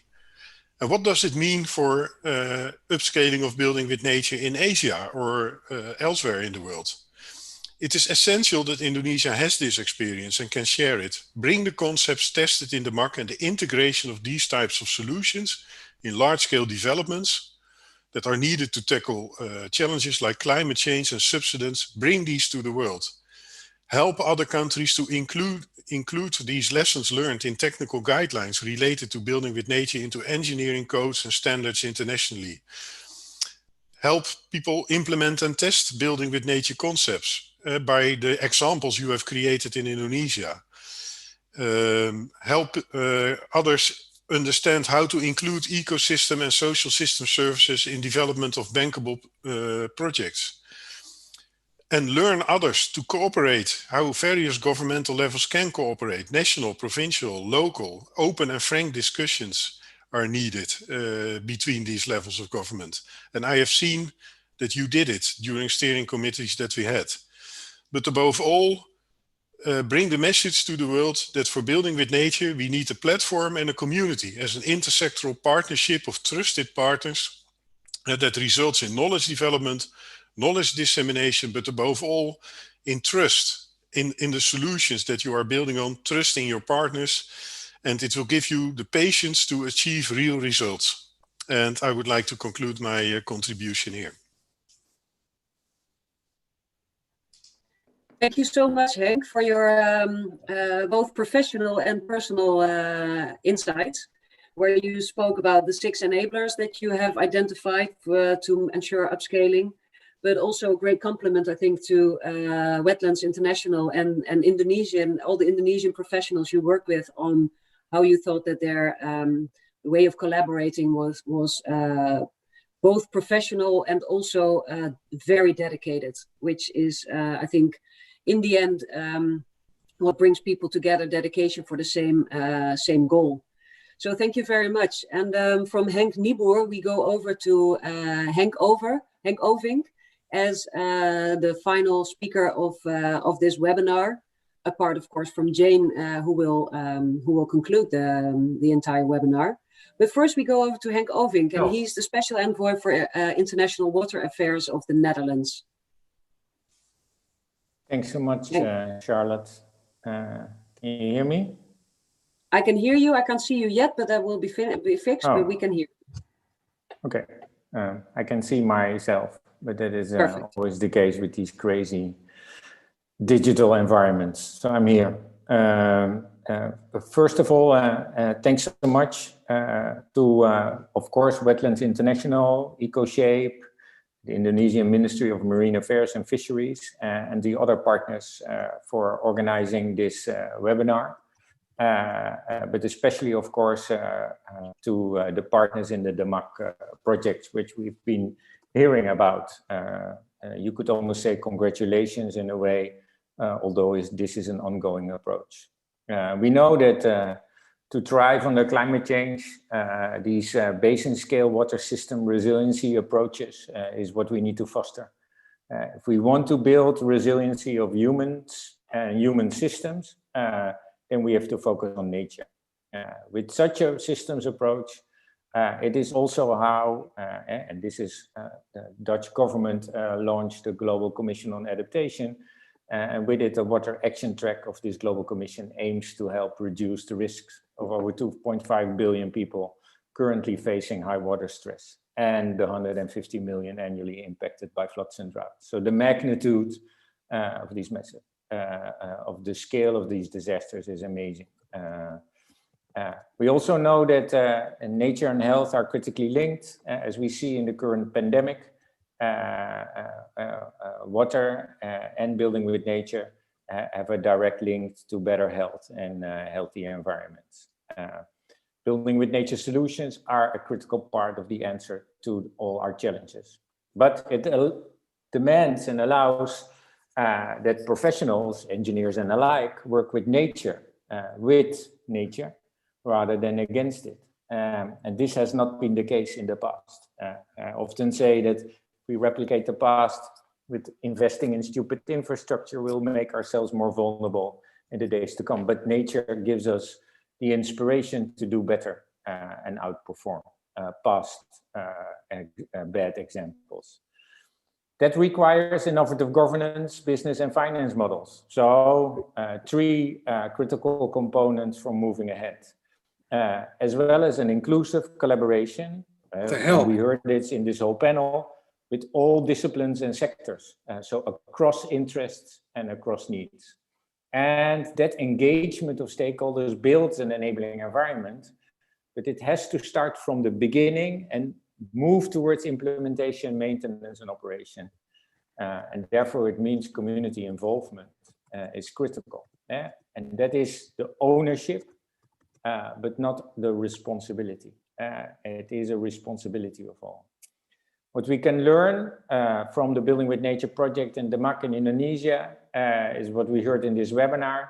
Investing in nature must be an integral part of sustainable development.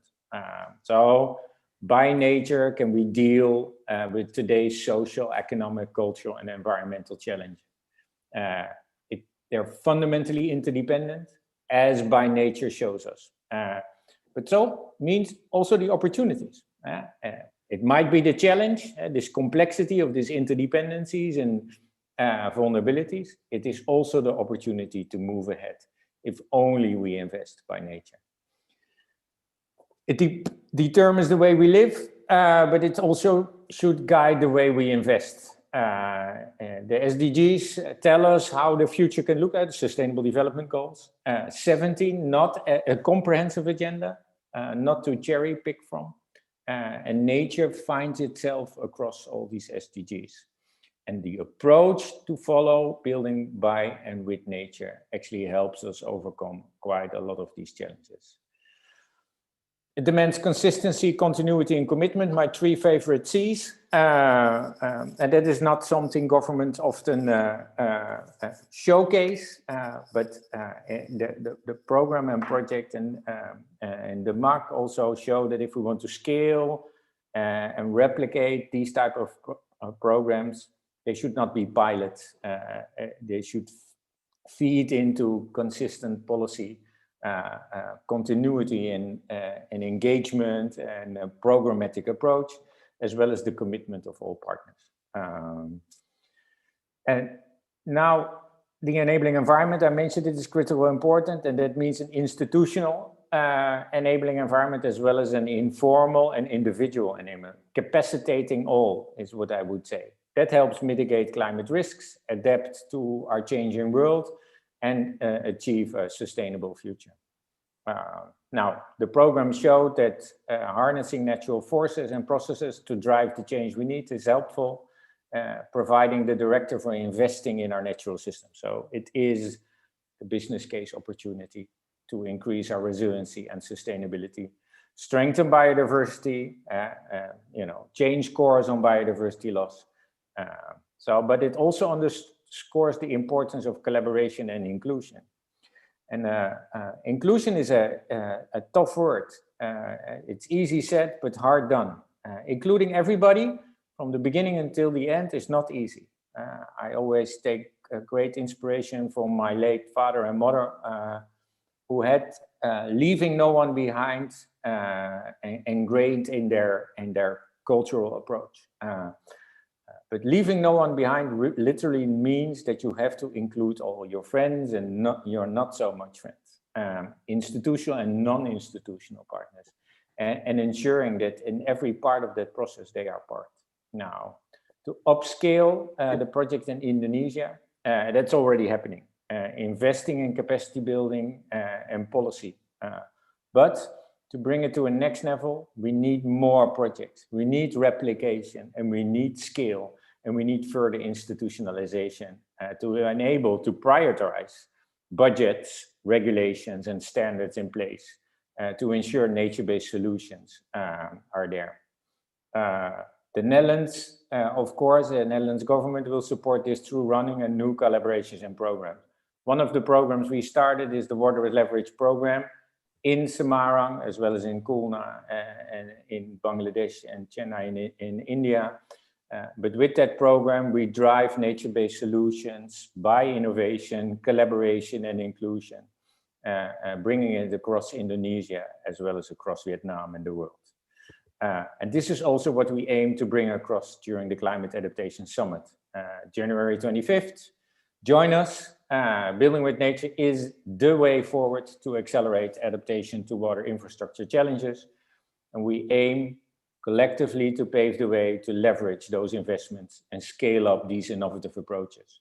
Of course, in Indonesia, in and around the MAC and Semarang, as well as in Asia and beyond. I want to thank you again and wish you all the best, and look forward to partnering further. Thank you very much, Henk Ovink. I specifically pronounce your last name again, since there were 2 Henks, one after another. So Henk Ovink, thank you very much in sharing this, where you stipulate that investing in nature is very crucial for us all to adapt to this changing world. And on the personal note, leaving no one behind brings me to last but not least. And therefore, I would like to move over to Jane Madgwick. We've heard her before. She's the CEO of Wetlands International, to share some takeouts of this webinar. And final goodbye will be at the end for everyone. I'm not sure if you've seen it in the chat already, but for the end, please all turn on your cameras after Jane has spoken. Jane, to you. Thank you, Charlotte. And well, this seminar has lasted longer than planned, and thank you to all participants for your enthusiasm and mostly all staying with us. I think as in the program, the partnership has really done a fantastic job in organizing this event and really giving everybody who's been involved a chance to share their learning and their perspective. So it's very well done. My job is rather easy because whilst we have heard many different speakers from many different sectors and institutions and parts of the world, there's a very clear and common storyline coming through.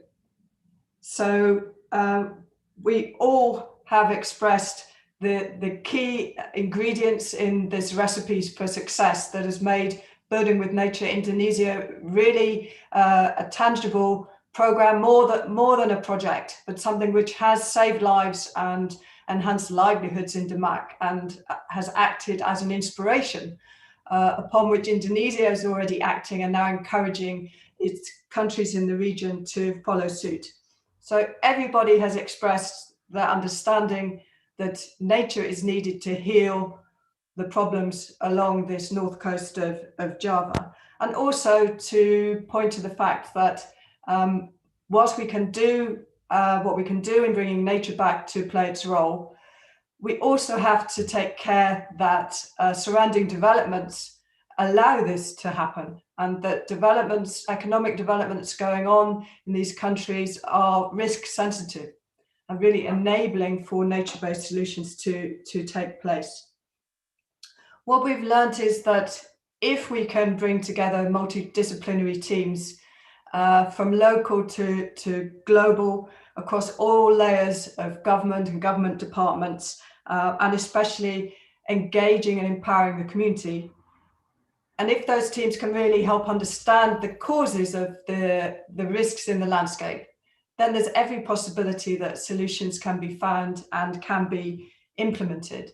What we've also heard from everyone is that this takes leadership at every level. It also takes a lot of trust, courage, and commitment, and to be open to nature's surprises.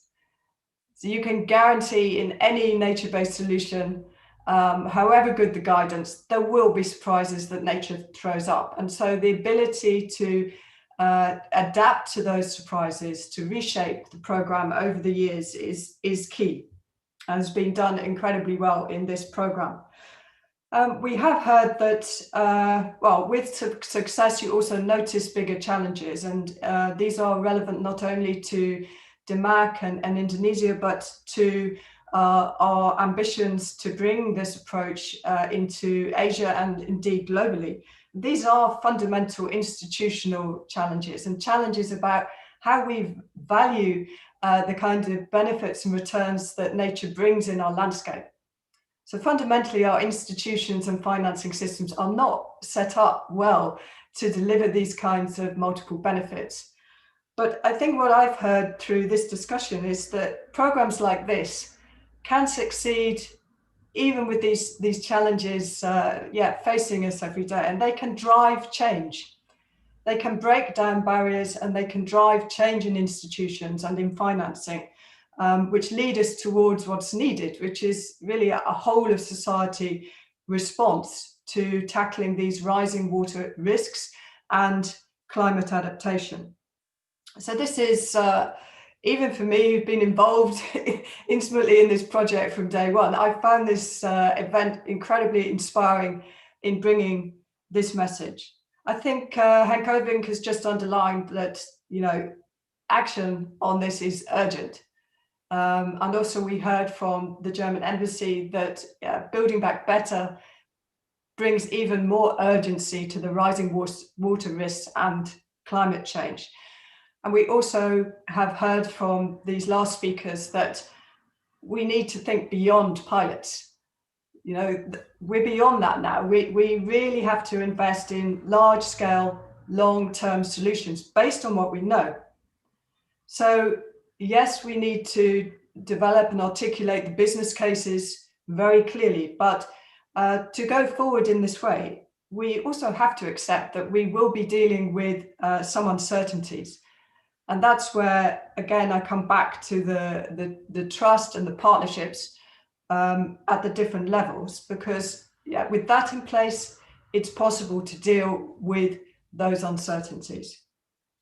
So I would like to end by really thanking the Dutch and German governments who have supported this program on its journey and who are committed to help us to work with this partnership and a wider partnership that we're now developing to take the learning, the inspiration, the knowledge from Building with Nature Indonesia wider into Asia and beyond. And indeed, as Henk Hoving mentioned, the Climate Adaptation Summit is a great opportunity to showcase this and to build that political will and momentum, and hopefully to bring some finance to underpin this very significant ambition and challenges that lie ahead in the next decade. So I would like to just end by restating Wetlands International's commitment to continue to support the work now led by the people of Demak, and to work with Indonesian government and all the partners present in this event, and those partners who we're just meeting in the different countries in Asia, to take this forward for the long term.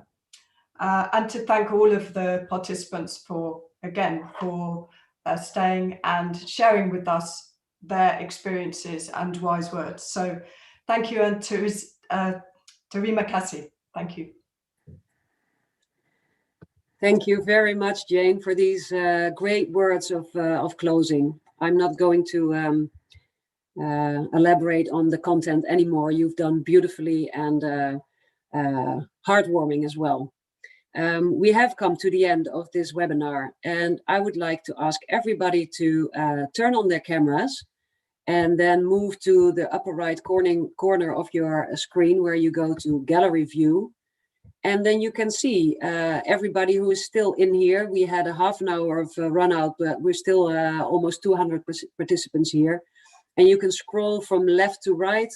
And I would like to say to all of you, thank you for being here, for sharing, for listening. And let's wave each other goodbye. And hopefully you will see each other again in the near future in any way of collaboration. Thank you all very much, and bye-bye. It's always nice to scroll through these pages of people and see all these smiling faces saying bye. Bye-bye. Bye-bye. Thank you. Bye. Thank you. Goodbye. Bye-bye. Thank you very much. Bye-bye. Thank you very much for that. Thanks so much. Terima kasih. Thank you all. Pagi Pak Nyoman. Hey, terima kasih. Thank you. Terima kasih. Hai Famke. Bye. Hai Ibu Firni. Thank you all. Hai Pak Nyoman. Terima kasih. Thank you very much. Sama-sama, terima Thank kasih. you. Pak Hendra, terima kasih semua. Terima kasih semuanya. Terima kasih. Halo Pak Peggy Pak. Apa Mbak Peggy? Thank you everyone. Saya nggak disapa loh sama Pak Nyoman, ya ampun. Oh, habis lihat fotonya udah cukup. Oke, Terima kasih Mbak Peggy. Semuanya. Yo. Terima kasih semua. Terima kasih semuanya. Terima kasih dari Malaysia. Salam dari Malaysia. Hope to see you all in real life. Halo. Yo, Pak Datuk Kisrul, terima kasih Pak Datuk. Terima kasih. Yes, terima kasih, and hope to see you all next year in life. Halo Yes. Pak Rul. Bye, Svi. Thank you. Well done. Oke, thank you. Thank you. Terima kasih loh Pak. See you in the next session also. Payus, good to see you. Hai, Pak Gliko deh. Pak Yus, apa kabar? Baik kok, baik. Terima kasih.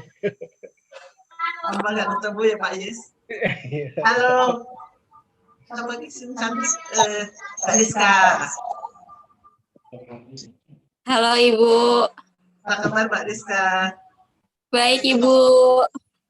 Ananda sehat? Alhamdulillah. Semuanya program kerja gitu. Langsung. Bu Sri. Yes. Apa kabar Prof Zita? Alhamdulillah sehat. Ibu juga. Alhamdulillah sehat, Bu. Ya, Ibu sehat. Alhamdulillah. Kapan ketemu lagi ya? Kita dilanjut syukuran ke Belanda. Keluarkan terus yang kiri kanan kanan. Sama kayak yang tadi. Hai Pak Dolfi.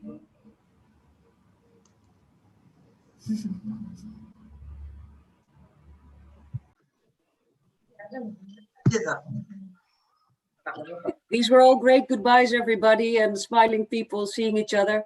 I will be closing the webinar shortly, so you can either leave yourself or the webinar will be closed in a few moments. Leave. Okay, thank you. Thank you very much, Charlotte. Thank you very much Bye. for doing this hosting facilitation. Thank you Very very welcome. much. Very welcome. Thank you.